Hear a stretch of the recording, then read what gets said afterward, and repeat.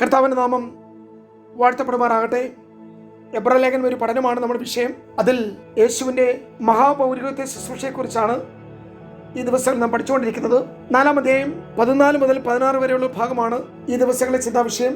ആകയാൽ ദൈവപുത്രനായ യേശു ആകാശത്തിൽ കൂടി കടന്നുപോയൊരു ശ്രേഷ്ഠ മഹാപുരോഹിതനായി നമുക്കുള്ളത് കൊണ്ട് നാം നമ്മുടെ സ്വീകാര്യം മുറുകെ പിടിച്ചുകൊള്ളുക എന്നുള്ള വിഷയമാണ് കഴിഞ്ഞ ചില ദിവസങ്ങളായി നാം പഠിച്ചുകൊണ്ടിരിക്കുന്നത്. ആകാശത്തിൽ കൂടി കടന്നുപോയൊരു മഹാപുരോഹിതൻ എന്ന് നാം ഇവിടെ വായിക്കുന്നു. 3 സ്വർഗങ്ങളുള്ളതായി ബൈബിൾ നമ്മോട് പറയുന്നു. 1-ാം സ്വർഗം നാം കാണുന്ന ആകാശമണ്ഡലം ഉൾപ്പെടുന്ന ഒന്നാണ്. അവിടെ സൂര്യനക്ഷത്രാദികളെ വിന്യസിച്ചിരിക്കുന്നു. സങ്കീർത്തനം 8:3. 3-ാം സ്വർഗം ഇപ്പോഴത്തെ പരദീസ കൂടി ഉൾപ്പെടുന്ന ഒന്നാണ്. ഒരിക്കൽ പൗലോസ് അവിടേക്ക് എടുക്കപ്പെട്ടു എന്ന് നാം 2 കൊരിന്ത്യർ ലേഖനം 12-ാം അധ്യായം 2 മുതൽ 4 വരെയുള്ള വാക്യങ്ങളിൽ വായിക്കും. ഇവയ്ക്ക് മധ്യയാണ് 2-ാം സ്വർഗം അഥവാ സ്വർലോകങ്ങൾ എന്ന് പറയും. അവിടെയാണ് സാത്താന്റെ ആസ്ഥാനം. സാത്താൻ സ്വർഗത്തിൽ നിന്ന് പുറത്താക്കപ്പെട്ടപ്പോൾ അവനെ പാതാളത്തിലേക്ക് അയച്ചില്ല. യെശയ്യാപ്രവചനം 14:2.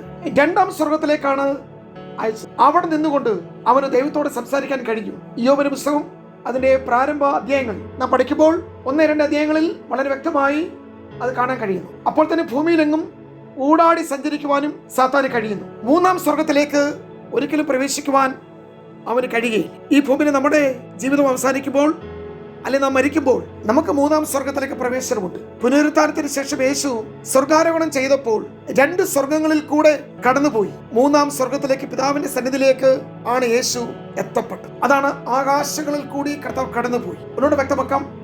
നാം കാണുന്ന ഈ അന്തരീക്ഷ മണ്ഡലം, അറ്റ്മോസ്ഫിയറിക് ഹെവൻ, യേശു അവിടെ വിട്ടിട്ട് നക്ഷത്രമണ്ഡലം, സ്റ്റാറി ഹെവൻ, അവിടെയും വിട്ട് സ്വർഗാദി സ്വർഗങ്ങളിലേക്ക്, സ്വർഗോന്നതികളിലേക്ക് കർത്താവ് എത്തപ്പെട്ടു. അതാണ് എബ്രായലേഖനം 4:14 നാം വായിക്കുന്നത്. ആ ഭാഗം നമുക്ക് മനസ്സിലായെന്ന് ഞാൻ വിശ്വസിക്കുന്നു. ക്രിസ്തുവിന് 3 വിധത്തിലുള്ള ശുശ്രൂഷയാണുള്ളത്. ഒന്ന്, 2000 വർഷങ്ങൾക്ക് മുമ്പ് യേശു കർത്താവ് ഈ ഭൂമിയിൽ വന്നപ്പോൾ അവൻ ദൈവത്തിന്റെ ഒരു പ്രവാചകനായിരുന്നു. അത് തന്റെ ഭൂതകാലമാണ്. എന്നാൽ ഇപ്പോൾ ആ യേശു കഷ്ടാനുഭവത്തിലൂടെ, ക്രൂശ് മരണത്തിലൂടെ, അല്ലെങ്കിൽ മരണം, അടക്കം, പുനരുത്ഥാനം, സ്വർഗാരോഹണത്തിലൂടെ ഇപ്പോൾ ക്രിസ്തു ഒരു പുരോഹിതനായി തീർന്നിരിക്കും. അത് തന്റെ വർത്തമാനകാലമാണ്. ഇനി 3-ാമതായി യേശു കർത്താവ് ഒരു രാജാവായി ഭരണം ചെയ്യുവാൻ സമീപ ഭാവിയിൽ വരുവാൻ പോകുന്നു. അത് തന്റെ ഭാവി കാലം അല്ലെങ്കിൽ ഭാവിയെ കുറിക്കും. ഈ 3 വിധ ശുശ്രൂഷയും യേശു ക്രിസ്തുവിലുണ്ട്. എബ്രായലേഖനത്തിലെ ശ്രേഷ്ഠമായ വിഷയം കർത്താവായ യേശു തന്നെയാണ്.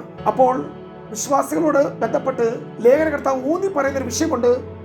നാം നമ്മുടെ സ്വീകാര്യം മുറുകെ പിടിച്ചു കൊള്ളുക.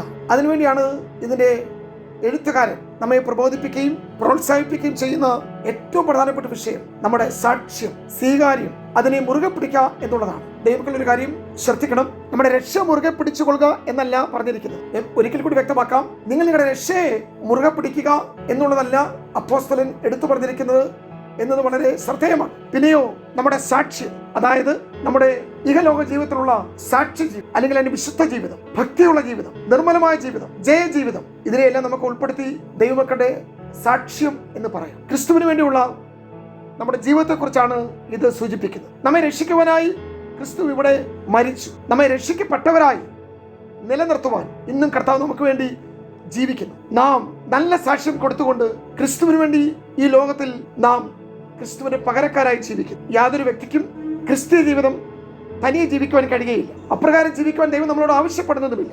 അങ്ങനെ തനിയെ ജീവിക്കുവാൻ നാം പരിശ്രമിക്കുമ്പോൾ പരാജയപ്പെടുക മാത്രമേ ചെയ്യുന്നുള്ളൂ. നമ്മുടേതായ ശക്തിയിലും കഴിവിലും നമുക്കൊരിക്കലും വിജയകരമായ ക്രിസ്തു ജീവിതം നയിക്കുവാൻ കഴിയുകയില്ല. എന്നാൽ നമ്മിൽ കൂടി ജീവിക്കുവാനാണ് ക്രിസ്തു ആഗ്രഹിക്കുന്നത്. അതുകൊണ്ട് നാം ഓരോരുത്തരും നമ്മുടെ സ്വീകാര്യം മുറുകെ പിടിക്കുന്നതിന് നമ്മെ സഹായിക്കുവാനായി യേശു ഉയരത്തിൽ ജീവിക്കുന്നു. പ്രിയമുള്ളവരെ, ഈ ആശയം വ്യക്തമായി എന്ന് ഞാൻ വിശ്വസിക്കുന്നു.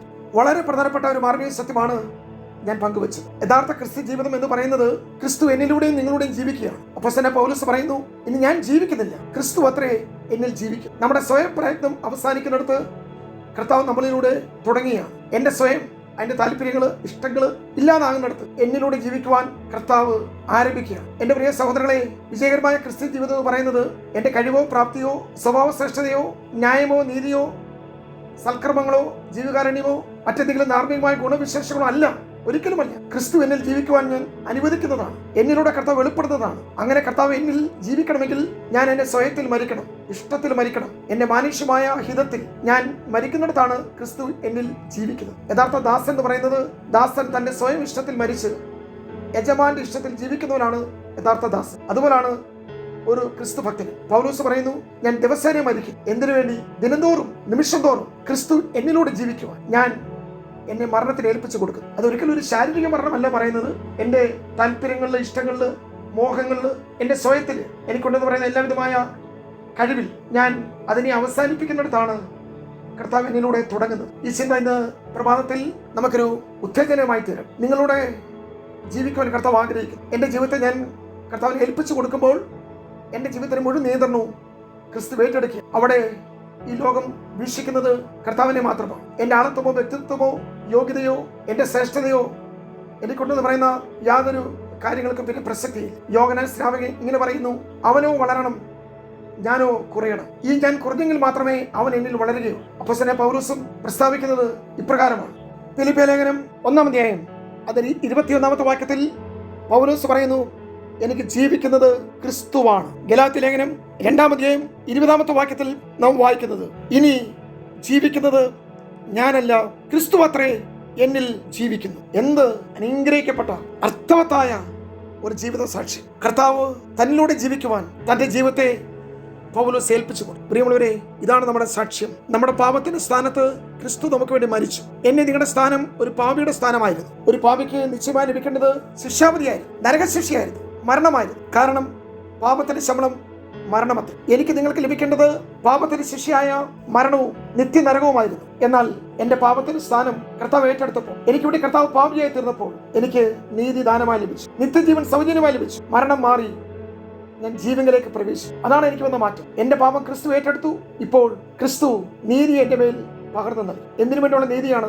പാപിയുടെ സ്ഥാനം ഈ യേശു കർത്താവ് ഏറ്റെടുത്തുകൊണ്ട് യേശുവിന്റെ സ്ഥാനത്ത് ഇനി പാപക്ഷമ ലഭിച്ച ഏതൊരു വ്യക്തിക്കും നീതിവാനായി ജീവിക്കുവാൻ കഴിയും എന്നുള്ളതാണ് അതിന്റെ ഏറ്റവും വലിയ പ്രതിഫലം എന്ന് പറയുന്നത്. എന്റെ പാപം കർത്താവ് ഏറ്റെടുത്തപ്പോൾ ഇനി എന്റെ സ്ഥാനം എന്ന് പറയുന്നത് ക്രിസ്തുവിന് പകരമായി ഞാൻ ജീവിക്കും. എന്റെ പകരക്കാരനായ ക്രിസ്തു ക്രൂശിൽ മരിച്ചു. ഇനി ഞാൻ ജീവിക്കുമ്പോൾ ക്രിസ്തുവിന് വേണ്ടി ഞാൻ ഭൂമിയിൽ എന്റെ ജീവിതം തുടരുകയാണ്. പ്രിയമുള്ളവരെ, ഈ ചിന്ത ഇന്ന് പ്രഭാതത്തിൽ നമുക്ക് ഏറ്റവും ഒരു അനുഗ്രഹകരമായി തീരട്ടെ. കാരണം ക്രൂശിൽ യേശു നമ്മുടെ പാപം വഹിച്ചു. മറ്റൊരു പ്രധാനപ്പെട്ട ഒരാശയമാണ്, നിങ്ങളുടെ പാപം ഇപ്പോൾ കർത്താവിന് മേൽ ചുമത്തി, അവൻ പാപം വഹിച്ചു. ഇപ്പോൾ എന്നിൽ വസിച്ചുകൊണ്ട് എന്റെ ജീവിത വിജയത്തിന് വേണ്ടി, ആത്മീയ ജീവിതത്തിന്റെ പുരോഗതിക്ക് വേണ്ടി, വിശ്വാസ ജീവിതത്തിന്റെ വിജയത്തിന് വേണ്ടി ഈ യേശു എന്നിൽ വസിക്കും. ഇന്നലകളിൽ അവൻ എന്റെ പാപം വഹിച്ചു. ഇന്ന് ക്രിസ്തു എന്നിൽ വസിച്ചുകൊണ്ട് ഞാൻ പാപത്തെ ജയിക്കുവാൻ, ഞാൻ വിജയിക്കുവാൻ കർത്താവ് എന്നിൽ വസിക്കും. ഈ ചിന്തകൾ ഇന്ന് പലക്കാലം നമുക്ക് അനുഗ്രഹമായി തീരട്ടെ. God bless.